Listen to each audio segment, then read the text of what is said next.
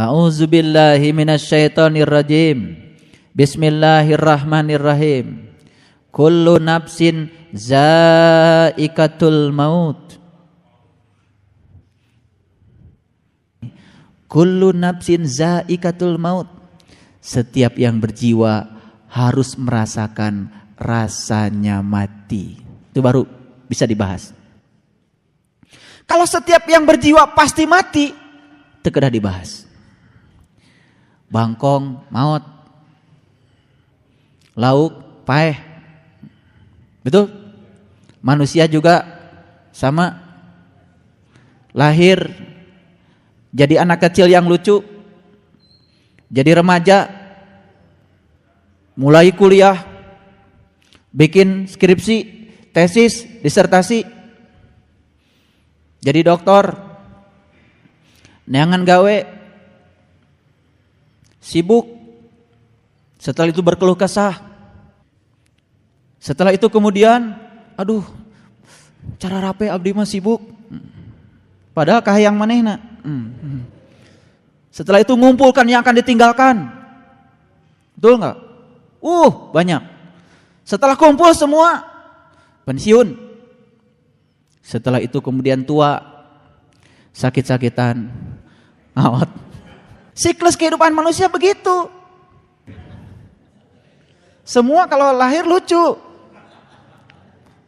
Pada pipinya juga pada lucu sekali. Lucu lagi kecil. Masih polos lucu. Kita juga dulu pada lucu ketika kecil. Sekarang siapa yang mau mencubit pipi kita? Apalagi sudah tua. Nggak ada lagi yang mau cubit. Waktu kecil aja banyak yang nyubit karena masih lucu. Jadi remaja cari kerja susah, ngalamar kerja ka dieu, betul nggak? Banyak masalah, betul nggak? Udah gitu ngumpulkan yang akan ditinggalkan. Setelah ngumpul semua, tua, sakit-sakitan, mati. Siklus kehidupannya gitu-gitu saja. Jadi tidak perlu dibahas. Kalau kullu nafsin za'iqatul maut diartikan setiap yang hidup pasti mati. Apa yang mau dibahas? Faktanya begitu kok. Tapi saya mau bahas kullu nafsin za'iqatul maut adalah setiap yang berjiwa harus merasakan rasanya mati. Beda. Oke, siapa yang berjiwa? Inilah tubuh. Yang berjiwa itu tubuh. Ini lihat tubuh yang berjiwa. Sekarang tubuh kita sedang berjiwa. Sedang berjiwa. Artinya tubuh kita sedang dihuni oleh sang jiwa. Sebelum jiwa ini lepas dari tubuh, maka tubuh yang sedang berjiwa ini harus merasakan rasanya mati. Itu yang disebut dengan mati sebelum mati. Karena hanya dengan tubuh inilah sang jiwa tahu jalan pulangnya kemana dia kalau mati. Ngerti sekarang? Ada pencerahan? Iya. Beda. Setiap yang hidup pasti mati, tidak perlu dibahas. Tapi setiap yang berjiwa harus merasakan rasanya mati. Ini perlu dibahas. Yang harus dibahas apa? Apa itu jiwa? Dan siapa yang berjiwa? Ternyata jiwa adalah ruh kita. Siapa yang berjiwa? Yang tubuhnya sedang dihuni ruh. Berarti yang masih hidup. Nah, sebelum dia berpisah dengan jiwanya, dalam kehidupan ketika masih berjiwa, dia harus merasakan rasanya mati. Ketika dalam hidup merasakan rasanya mati, nanti jadi ulul albab. Setelah jadi ulul albab, dia bisa mengingat Allah dalam keadaan berdiri, duduk dan berbaring, dimanapun, kapanpun, meluncur dari mulutnya apa? Rabbana ma khalaqta hada. Mencapai pencerahan, dia senyum dengan kehidupan. Terima kasih ya Allah atas anugerah kehidupan yang kau berikan kepadaku. Dia mengerti betapa berharganya hidup ini. Baik, kullu nafsin za'iqatul maut. Setiap yang berjiwa harus merasakan rasanya mati.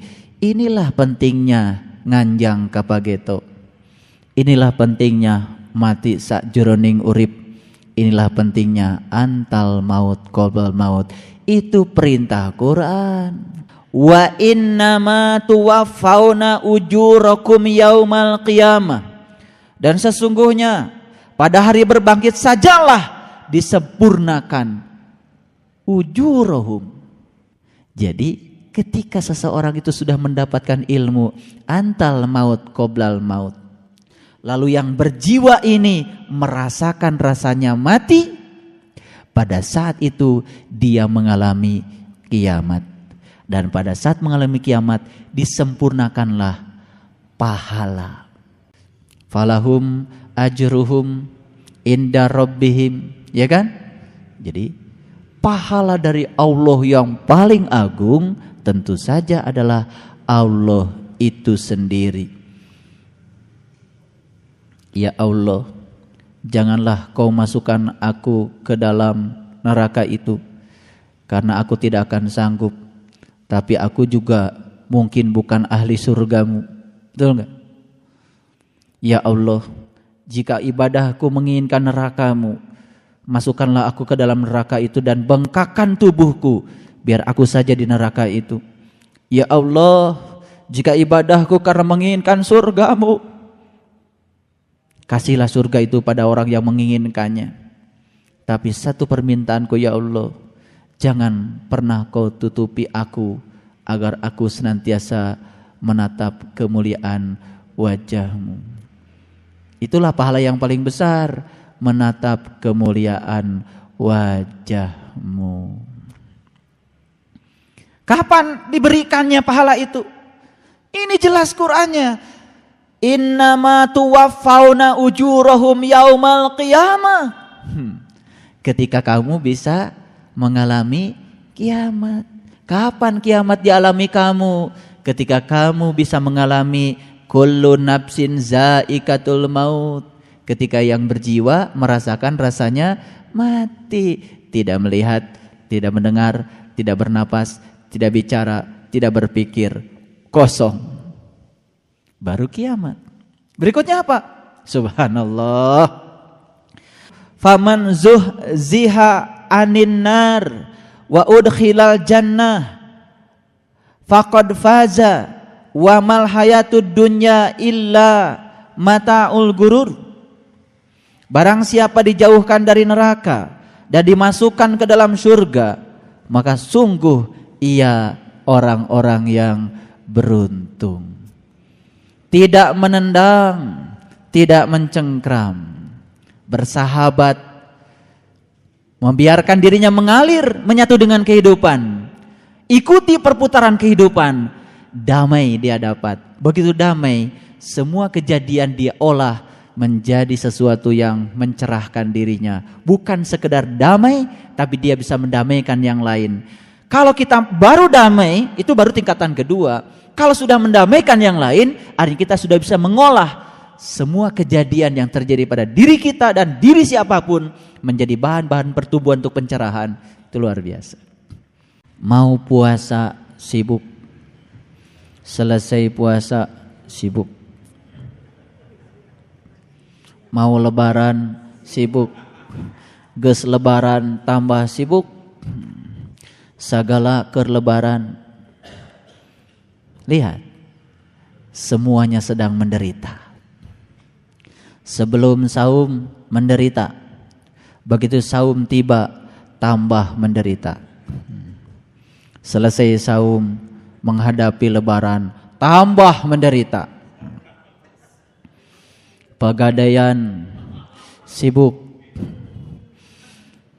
bank-bank perkreditan sibuk, rental mobil penuh, pelabuhan penuh, terminal sibuk.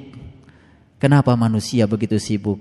Dia sedang tidak sadar dengan teriakan dari dalam dirinya. Wa wajadaka ailan fa'agna. Karena saat ini manusia semua sedang merasa ada yang kurang pada dirinya. Kali aja kalau sudah kumpul dengan saudara-saudara di kampung bahagia, tidak ada jaminan bahagianya cuma sesaat dan setelah itu sirna. Kemudian pulang ke kota, macetnya luar biasa, menderita lagi. Betul nggak? Subhanallah. Apakah bahagia ketika nanti lebaran kita punya banyak makanan? Sesaat makanan sampai di sini, sampai di perut, tidak bahagia lagi. Jadi sebetulnya manusia itu merasa ada yang kurang nih. Merasa ada yang kurang. Dan dia tidak tahu cara menutupi kekurangannya. Padahal Allah sudah menawarkan, wa wajadaka ailan fa agna. Hanya aku yang bisa membebaskan semua kekuranganmu. Hanya aku yang bisa membebaskan kekuranganmu.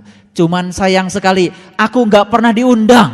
Karena kamu tidak pernah membuat surat undangan padaku. Dan kamu pun tidak pernah menciptakan kondisi agar aku hadir di situ. Jadi semua itu sibuk. Betul? Kita pun masih terjebak dalam kesibukan-kesibukan yang tidak penting. Lalu hal-hal yang tidak penting kita tempatkan di atas hal-hal yang jauh lebih penting. Esensi Idul Fitri hilang. Esensi Ramadan hilang. Esensi saum hilang. Yang sibuk adalah yang tidak esensi. Pasar. Permintaan tinggi. Maka supply menjadi kurang. Harga naik. Wajar karena semuanya konsumtif. Kenapa semua melakukan itu? Tidak salah. Saya tidak sedang menyalahkan mereka. Tetapi mereka tidak sadar bahwa sesungguhnya tidak ada yang bisa menutupi perasaan kurang yang ada pada diri kita. Kecuali tawaran Allah. Wa wajadaka ailan fa'agna. Ketika engkau mengundang aku dan aku hadir pada dirimu, maka engkau akan merasa cukup. Ketika merasa cukup, kita tidak menendang, kita tidak mencengkram. Bersahabat dengan yang kita ingin, bersahabat dengan yang tidak kita ingin, membiarkan hidup dengan perputaran kehidupan itu sendiri. Yang ada apa? Damai. Ketika orang sudah damai, ya damai.